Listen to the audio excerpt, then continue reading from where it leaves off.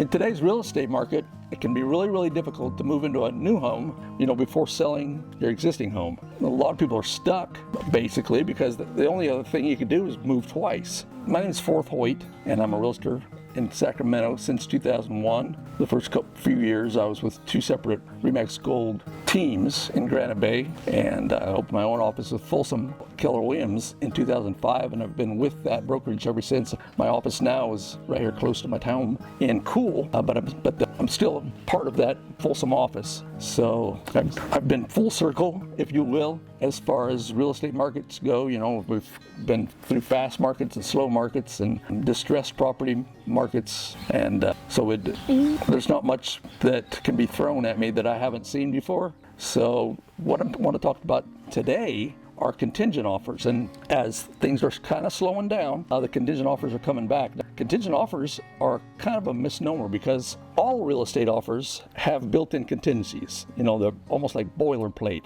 whereby the forms that the California Association of Realtors provides for realtors, they all have contingencies within them, and you specify how long that contingency is going to be, and then you have to actively lift that specific contingency in order to go forward in the transaction. Now, what they call a contingent offer, though, even though all offers are contingent, what's become known as a contingent offer is when you specifically make the offer to buy a home contingent on you selling the home that you're in. Those kind of offers are normal because most of the time, homeowners, all of their down payment or whatever they're going to use to fund that next purchase is in the equity of the existing home. And like I say, nobody wants to move twice, right? So in a real tight market like we've had in the last 10 years, 12 years, contingent offers don't hardly ever get used because they don't get accepted. And what I mean by that is that when there's multiple offers, and normally there are, and it just seems like even in the distressed property market, there were multiple offers on those homes. It's like everybody recognizes a good deal. So the seller, going back to distressed properties, distressed properties being short sales and foreclosures, bank-owned properties, corporate-owned properties that have been either taken back by HUD or by the bank or whoever's funding the loan, and then are sold. They don't accept contingent offers, right? They want to know that they've got the place sold. Saying all that, it's just a way to explain why contingent offers have been kind of like an endangered species for the last 8 or 10 years, just because they won't get accepted. I mean, why write an offer? Why even waste the time if you've got offers that are not contingent and your contingent offer's got to compete? It's not a good deal, right? Contingency is something that it means as long as, right? So a real estate contingency is a clause that says as long as this event happens, I'm good to go. So those contingencies are things like inspection contingency, the appraisal contingency, the loan contingency, the seller's disclosures. There's a plethora of them, right? And like I say, they're in every contract. And I'll do another video about lifting those contingencies and how that happens and how that plays out within the transaction. But right now I want to talk about just what everybody calls a contingent offer. It's the only tool that we have available to where a homeowner doesn't have to move twice, where you can actually, they call it a simultaneous close, and it isn't really simultaneous, but it's just a closing that comes together, two closings that come together at the same time. The second is still contingent upon the first. So even if it's the very last part of the transaction, 2 days before close, and your home doesn't sell, or your home falls out of escrow, that offer, that contract that you've written is still contingent upon your house closing. If your house doesn't close, you back out, get your money back, your deposit money, and no harm, no foul. Now you're out your inspection costs, you're going to be out a lot of different things if that were to happen, but that second purchase, that second transaction, not second purchase, that second transaction is still contingent upon the first, all the way through the whole transaction. The reason most of the time that these are used is like if somebody's moving to a larger home, or even even downsizing. So maybe the first home's paid off, right? There's no loan, but you're retired. You don't have as much income. You don't want a loan. Why would you want to put a loan together and pay all the closing costs when you've got this other asset that can fund the second asset? That's why contingent offers are used. And even in that situation, a seller would rather not take your offer, because there's too many things that can go wrong, right? Even though there's no bank involved, even though there's plenty of money in the equity of the home you're selling, that seller is still going to be scared that something could go wrong with your sale and cause his sale to go through. So he's going to take another offer. So here in the Sacramento metro area, and the 5-6 counties around Sacramento, there's been such a lack of inventory, and because of that, there's been multiple offers, and because of that, there's been a lack of contingent offers being used. A lot of agents won't really even let their sellers accept a contingent offer, just because there's other offers there that aren't contingent. So really, contingent offers come and go with the market environment that they work in. And now that things are starting to slow down as far as the volume and the velocity of the market, the number of multiple offers, and there's beginning to become more and more contingent offers being used. We just closed a deal the other day that was in a contingent line. Our buyer was contingent, and my seller was buying a home contingent. Those people bought a home contingent. And that's one of the things about contingent offers that, like I say, it used to be normal, right, in our area. And it's still normal, like in the Midwest and anywhere where there's not so many cash offers and strong first-time buyers, people that aren't contingent. Sellers would much rather have an offer that is not contingent, because it's just cleaner. It's just not as much risk of coming off the market and coming out of escrow and going back on the market. With all that said, then you're probably thinking, well, why would you ever put a contingent offer in? Well, if the market environment's right and there's no other offers, and that seller wants to sell, that might be the only way he gets his money. That might be the only way that he gets what he's asking, is if he goes along with you selling your place in order to buy his. Does that make sense? You may have to pay more than you would be able to get the place for if you weren't contingent. But that's just life, right? I mean, you got to pay for somebody to take the risk of you failing as a seller. Now, in strong, fast sellers market, contingent offers are mostly passed over. But a good agent will know when it's appropriate, and will take the steps to do the communication and talk to the other agent, talk to the listing agent, make sure that they buy into your agent's idea, your idea as the buyer, that we can make this work, and show the value of the home, and show that a lot of times we can do a market analysis of the home that our buyer is going to be selling, just to provide clarification and evidence to that buyer or to that seller and that listing agent that we got this. We're gonna, we can get this sold. Here's what we're asking. Here's what the neighboring homes are selling for. And as long as they buy in, there's other things that they can do, and that the buyer, your buyer's agent, building that rapport and getting that listing agent on your side is critical. It's the only way to get it done, really, because everybody's got to be working together, and everybody's going to have to be a little bit flexible with dates, with timing. But if everybody's on the same page, it's a little bit like, I don't know what it's a little bit like. It's not like anything, I guess.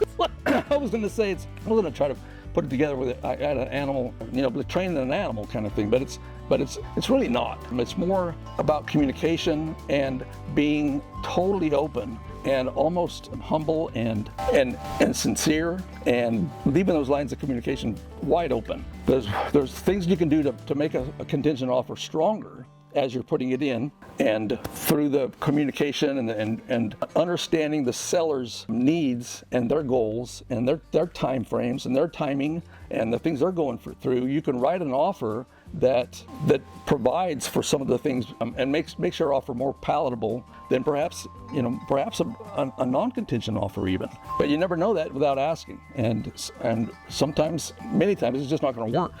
That listing agent and the seller are just going to be too risk averse, if you know what I mean. They've got too many things going on to be able to bring in another ball to juggle, if you will. So if the timing's right, if the stars align, and if you've got parties on both ends that are willing to work together and feel like they're accomplishing something together, right? So it cannot be competitive, or it's got to be, what am I trying to say, cooperative, and it's got to be smooth, and it's got to be, life isn't smooth and life isn't cooperative. Life shit happens, right? I mean, and you got to get over that, and your situation has to be such that you can get over it. And so so the tool is there.